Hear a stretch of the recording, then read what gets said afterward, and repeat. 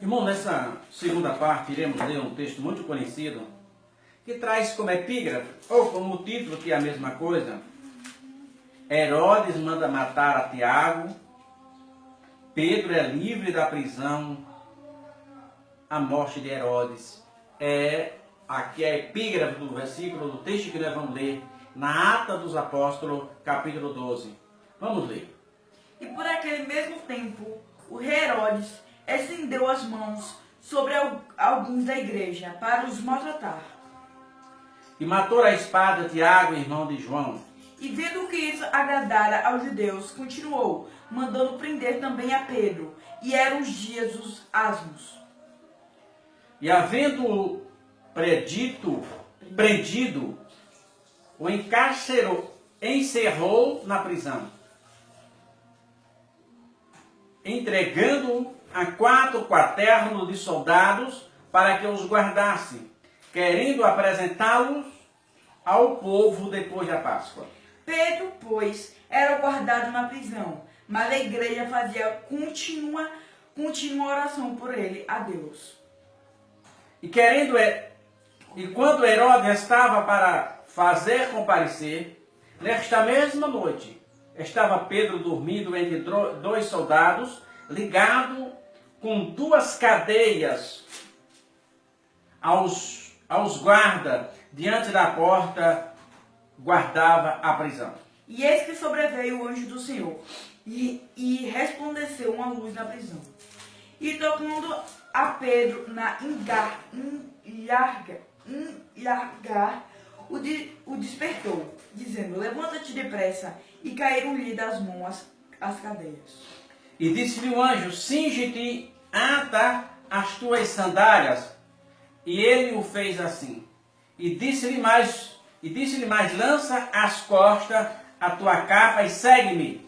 E saindo o seguia, e não sabia que era real o que estava sendo feito pelo anjo, mas cuidava que via alguma visão. E quando passaram a primeira e a segunda guarda, chegaram à porta de ferro que dá para a cidade, a qual lhe abriu por si mesma. E tendo saído, percorreu uma rua e logo se apartou dele.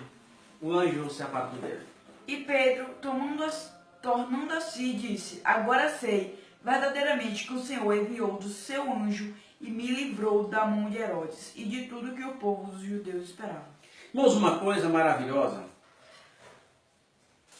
Diz aqui que Pedro estava preso, mas a igreja orava continuamente. Isso é, a igreja não parava, não cessava de orar. Irmãos, um crente de oração, um crente fiel orando, o impossível não existe.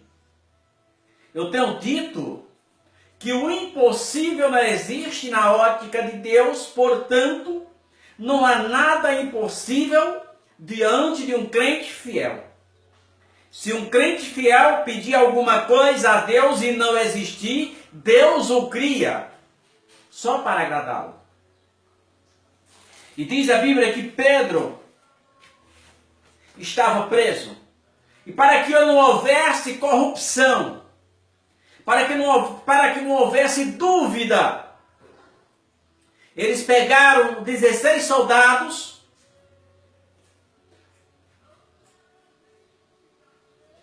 e dividiram em 4 grupos, 4 quaternos, 4 grupos de soldados. 4 soldados, depois mais 4, depois mais 4. E nos últimos 4, 2 desses 4 estavam presos a Pedro, com cadeias. Então não havia, humanamente falando, como Pedro sair dali. Mas havia uma igreja orando, havia as irmãs chorando, clamando. E quando alguém chora, os céus se abalam. Quando alguém chora, alguma coisa acontece. Enquanto as irmãs estavam orando, o anjo do Senhor visitou a Pedro. Pedro até então pensou que era apenas uma visão. Aquelas cadeias que estavam presas aos soldados, caíram. A porta se abriu. Passou pelos outros quaternos e nenhum deles perceberam. Pedro passou, sendo guiado pelos anjos, e 16 soldados não perceberam. Pedro estava ligado, preso a mais 2 soldados, e mesmo assim aqueles soldados que estavam presos a Pedro não perceberam que Pedro tinha se soltado deles. Os portões da rua se abriram, os portões de ferro por si só. E Pedro vai até a primeira rua, sendo guiado pelo anjo. Quando chegou na primeira rua, o anjo sumiu. Aí vem para nós uma pergunta, irmão, que eu já falei disso muitas vezes. Por que que o anjo sumiu na primeira rua? Porque Deus não faz o que você pode, meu irmão. Irmão, põe uma coisa na sua cabeça: Deus não faz o que você pode.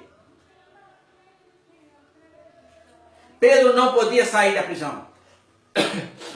Pedro não podia passar por aqueles soldados. Não. O anjo fez. Mas na primeira rua Pedro já poderia caminhar sozinho.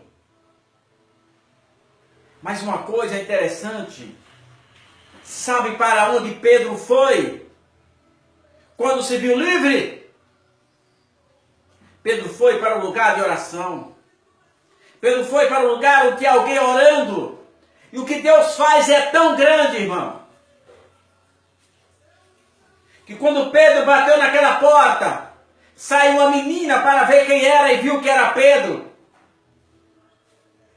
Mas foi uma alegria tão grande que ela fica perplexa, que ela não abre a porta, ela retorna. Ela não conseguiu acreditar.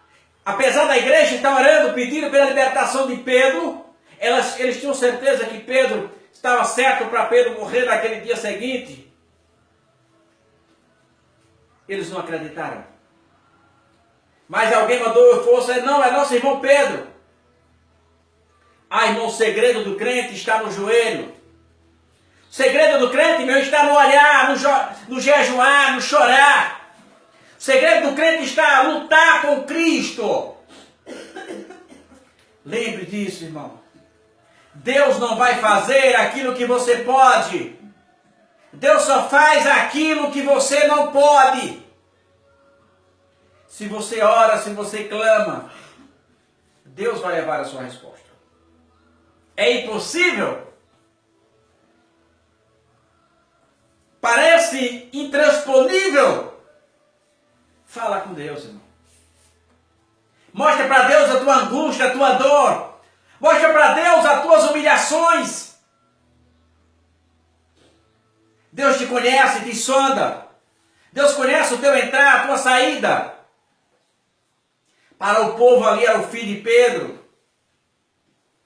Mas quando tem uma igreja que chora, quando tem uma igreja que se humilha, quando tem uma igreja clamando aos pés de Jesus, Jesus faz o milagre. Jesus faz o impossível. Segundo as Crônicas 7:14, ele diz: se o meu povo que se chama pelo meu nome se arrepender dos seus pecados, se humilhar, buscar a minha presença, ele disse que ouviria as nossas orações. Parecia tudo perdido. O último dia da vida de Pedro parecia que era aquele. Mas tinha uma igreja chorando. Tinha uma igreja clamando. E eu fico perguntando: cadê as irmãs que choravam? Cadê os irmãos que choravam nos pés de Jesus? Cadê os irmãos quebrantados pelo Espírito Santo?